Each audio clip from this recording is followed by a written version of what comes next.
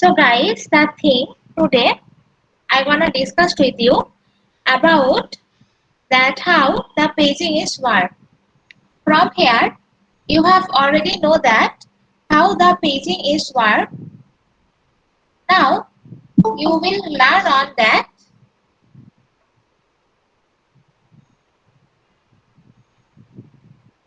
in the computer operating system. When I click on any device or any application software at that point of time, actually how the paging is work.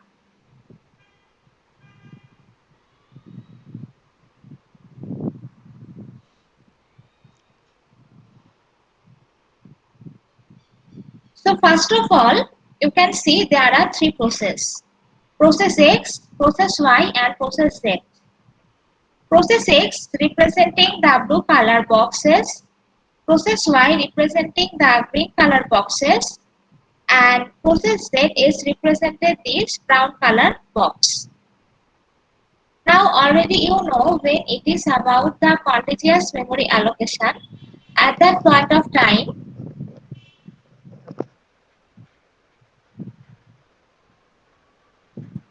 it divided the memory into the blocks, and also in contiguous memory allocation, the process is actually divided into several parts in the block. Now, here you can see process X is in the running state. So, in the main memory, I got this process in here from my secondary memory first of all. Whenever I want to run any process at that point of time, first of all, I click on the process. So my processor first of all, collect the address that where it is stored.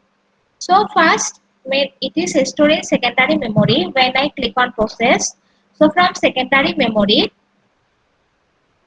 my processes are go individual frames or individual blocks in my primary memory or the main memory. After that, processor create the page table. So for page table, it have got the page num and frame num. So here it is seen that page num for process 2. So page num is given from the logical memory. So logical memory related with our main memory. So address is 2, and you always start to calculate the address from 1. Though you have to write start to 0 as like as the array. Whenever we are doing the array block or array configuration, at that point of time, you know when we need to start with the array things or array tasks or array performance, at that point of time, we definitely need to start the addressing from 0 in a sequential order, but whenever we try to find out some array object or some array value for a specific space, at that point of time, we start to calculation address from 1. So here you have to, as a human being, start to calculate from 1, but you have to write it from 0. So for process 2, the logical address is 2 and D is represented the offset. Offset is coming from the frame num and the page num. So for process 2, the page num will be 5. It is also started from 1, 2, 3, 4, 5. You have to write it from 0 according to as like as array, but you have to start it from 1. So is 5. So the total offset is logical address will be come from the address of the main memory and the address of the secondary memory. So from main memory which is 2 and from secondary memory which is 5. So the offset is total 25. And the logical address is also 25. Now about the physical address. So for physical address, process 1 is come from here. So the physical address will be from F1. So my F1 will be the same table which is P2. That means which is again 1 and offset will be 2. So that means total 25. So according to this way, what the logical address the computer gets, or as a human being we get, the computer gave the same physical address. Actually the thing is that logical address and physical address both are same. There is no difference. Logical address means as a human being the address we can understand, we can read, we can watch. That is just called the logical address. And physical address means that the address that we can read, we can watch, or we can understand, that is called the physical address. That is the difference between logical and physical address. But if you find out what is the address for logical and physical behavior or physical value, both of the address are same. Logical address understandable by human being, physical address understandable by computer. That is the main part or the main difference for it. So guys, in this slide, if you have any question or any confusion, you can ask. Now the memory protection. So how can you protect your memory? So protect memory is very much important. If you cannot protect your memory at that point of time, you cannot be able to run your computer or you run your application software that you want to do or that you want to run. Say for example, local disk C, if I go to my local disk C,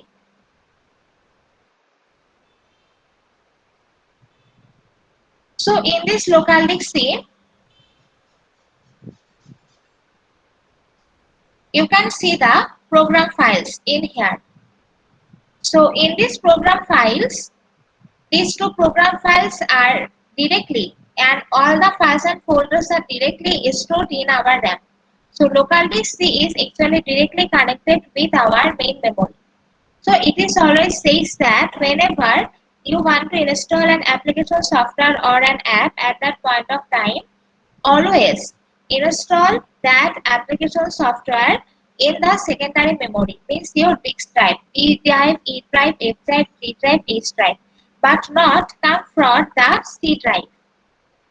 So whenever Windows Auto Updation is occurred or Windows Auto Updated is created, at that point of time, the major problem which is happened, your application software can be removed, your application software can be deleted, or your application software can be unable to run. So that is called the how can you protect your memory. So how can you actually protect your all files and folders and application software. So there are two bit, one is valid bit, another one is the invalid bit. Now come for the point that what is valid bit and what is invalid bit. Valid bit means that first of all come to the invalid bit. So you will easily understand about the valid bit. So these are my all application software I store in my computer, and you can see the icons in the desktop. Now the thing is that I am not running this application software. So you cannot find any page table of this application software. When there is no page table, that means there is no physical address. As there is no physical, as I did not run any of this application software right now, so you won't get any logical address as it does not create any page table. So for that reason, that is the invalid bit. And valid bit means now I am running two application software. One is my PowerPoint slide, second another one is my Google Chrome. So two page table is created. One is for my Google Chrome, another is for my PowerPoint slide. Whenever the page table is creating, yesterday you learned for each and every application software or for each and every processes, it creates different page table. So just now it creates two page table. One is for Google Chrome, another is for my PowerPoint slide. So at that point of time, you get for Google Chrome and Microsoft PowerPoint site the valid bit. That is actually called the valid and invalid bit, that is related to memory protection. Now in this diagram, which is representing that, how can you represent the valid and invalid in this diagram? So I is represent invalid bit and V is represented the valid bit. And those are the page numbers, and this is my logical address, and this is in the main memory. So actually before that it was in the secondary memory, and these were the pages and these are the addresses for each of the pages. So now when I click on an application software, so in the memory the process are actually storing here with the page number 0, 1, 2, 3, 4, 5, these pages. And after that, when I create the frame num, this create the valid and invalid, and according to the page table, if I go for 0, frame number 0, so see in frame number 0, there is no page table in here, so that is the invalid bit. No page table means it is just empty right now. When you get the page table, you on and only get the page table when your application software is running, means your process is executing. Then for frame num 1, that is also invalid. Then frame num 2, in frame num 2, that is valid. In frame num 3, that is also valid. In frame num 4, that is also valid. In frame num 7, that is also valid. In frame num 6, so look at here 6, there is nothing in here, so it is invalid. In frame num 5, there is also nothing in here, which is also invalid. So now the number for the valid option you can see in here, which is 4. So see 4. So frame number 2 and this frame number 2 address is 4. So I give the address 4. Frame number 3. So frame number 3, I got the page which is 1. So I will write it here in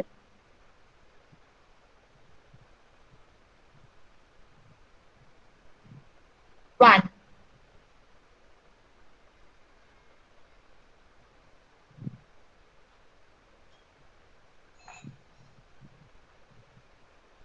In frame number 4, I got 2.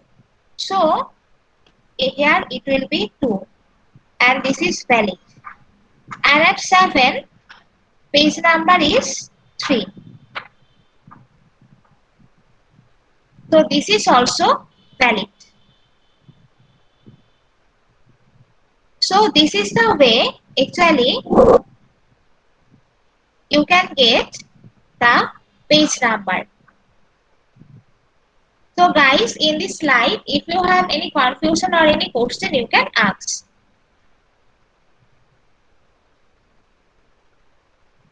Now we learn about the segmentation. So segmentation means that we make the memory in the divided. We make our memory division. We make division in the memory, that is called the segmentation. You know, in a single computer, you can run 2 or more operating systems. How can actually we run 2 or more operating systems? Because of the segmentation. So what is actually segmentation? Segmentation actually divided your computer memory in the different blocks. So one block will totally store the Windows operating system, and another block will totally store the Linux operating system, and by this way you can separate the memory. You can give the partition in the memory, and you can run both Windows and Linux operating system. As a computer engineer, we need to understand, we need to learn, we need to have a test to use all types of operating system. So it is not possible for us to for different operating system to buy different laptops. So for that reason, you must have to do the memory segmentation. Means you must have to go for the partition of the memory. So when you partition your memory, when you divide your memory, you can make one space for Windows operating system, another space for Linux operating system. So segmentation is a logical unit, that is not physical unit. Logical unit means virtually you actually break up the computer memory. But physically you cannot break. Physically you can see that total memory is 4 GB. It is total 4 GB. But whenever logically you break down, you break it that 1.5 GB for Linux and 2.5 GB for Windows operating system. That is called the logical unit and logical operation. So it is related with main program, procedure, function, method, object, local variable, global variable, common block, stack, sample table and arrays. So at C and C++ programming language, also the Java programming language, you learned about that how can you run a code. Especially when you learn your object-oriented programming language, you learn there is class and object. And in a single program, you can create different class and you can call those different class with the help of the object. So segmentation is the same thing. Memory is only one memory, but you make the partition, and by giving the name of the partition, you can call which option you want to run. That is the simple thing about segmentation. So guys, after this slide, if you have any question, you can ask.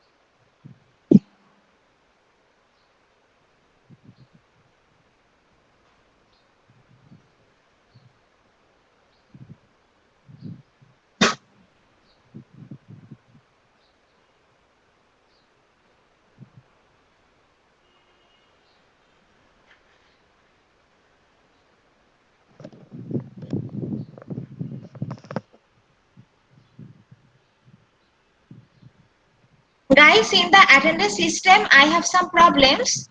So, from the student list, I saw who are attend to this class. So, I give you the attendance. So, guys, that's all for today. You can leave the classroom. Thank you, guys. Ma'am, midterm result. Next week, guys, not this week. Okay. Okay, ma'am.